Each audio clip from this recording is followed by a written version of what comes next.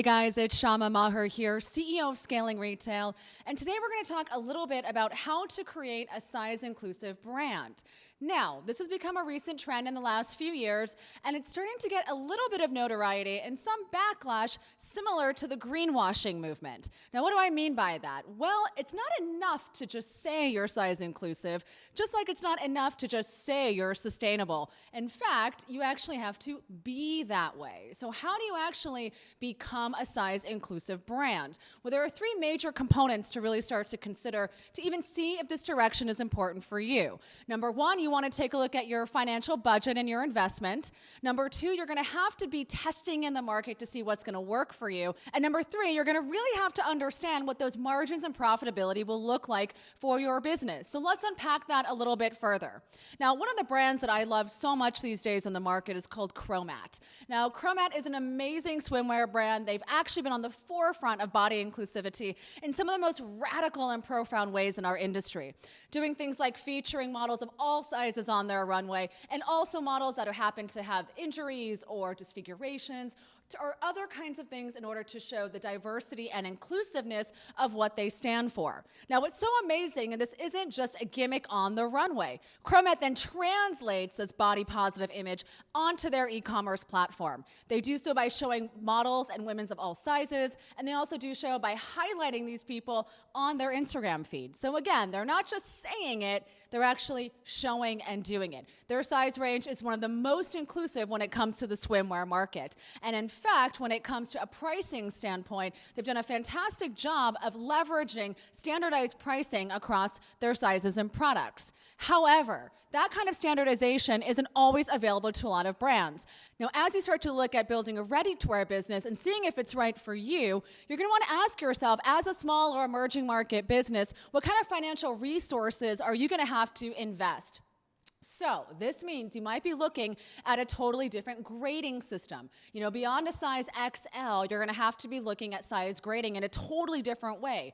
Women's bodies change and the proportionality changes as you move into those larger size ranges. You're also going to have to be looking at investing into new size grading, patterns, as well as what it's going to look like from the margin standpoint as you plan the yardage as well as the manufacturing process. It's not the same as when you're moving from a size medium to a size large, where you just simply increase the inches across the size grading. You actually have to be looking at a totally different shape and form as you move into these larger sizes. So you need to be able to take the time, find the right pattern makers, and make sure that you're investing so those products actually fit. Just adding inches isn't going to do the large sizes any justice. Now, what's really amazing here is a lot of brands have decided to launch within this space and are taking the steps necessary to be able to include larger sizes and spend the time on the product development.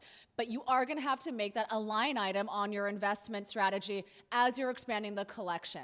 I'm also going to suggest that you take a look at testing. So make sure that you're actually going through a few different rounds of trying on those garments. Make sure you have multiple rounds of sampling, and your fit models are actually going to be from a few different types of proportionalities when it comes to looking at those larger sizes. Number one, I personally love the strategy of adding the sold out functionality to some larger sizes in order to be able to see what the wait list demand is for them. Now, this is a really sneaky trick and something that I think does a great job of saying, hey, I want to understand where my customers are looking to purchase, right? Is there enough demand that's then going to predicate or have me then start to design for those different sizes? The other trend that I love to see is the hashtag #MakeMySize. What I love so much about this hashtag and this trend is a lot of these influencers are starting to take to Instagram to show what actual brands are looking like on these larger size models. Now, certainly a lot of these companies are saying that they're making XL or a double XL, but when it actually comes to translating that onto a body that would normally wear those products, they're finding that a lot of the measurements and the shape and the form fall flat and certainly disappoint the customer. So make sure you take a look at the Make My Size movement on Instagram in order to see what are the key products and the trends that are really driving the conversation in this movement. And lastly, Just because it costs you more money to make the product doesn't necessarily mean that you can charge your customer more money to buy the product. So as you take a look at profitability and your margins, it's important to understand that this type of investment into knowing that you're launching a business and knowing that you're going to be extending your sizes, you're going to have to start to plan for that margin and that profitability and simply take that as a cost that you're incurring in order to expand your market horizons.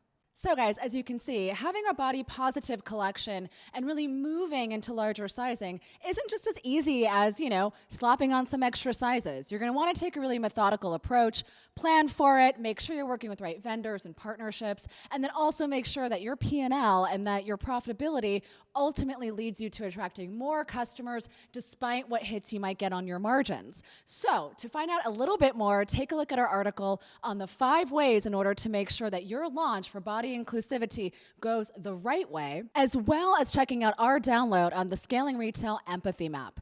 Empathy maps are a really important part of the process when it comes to designing and developing new collections.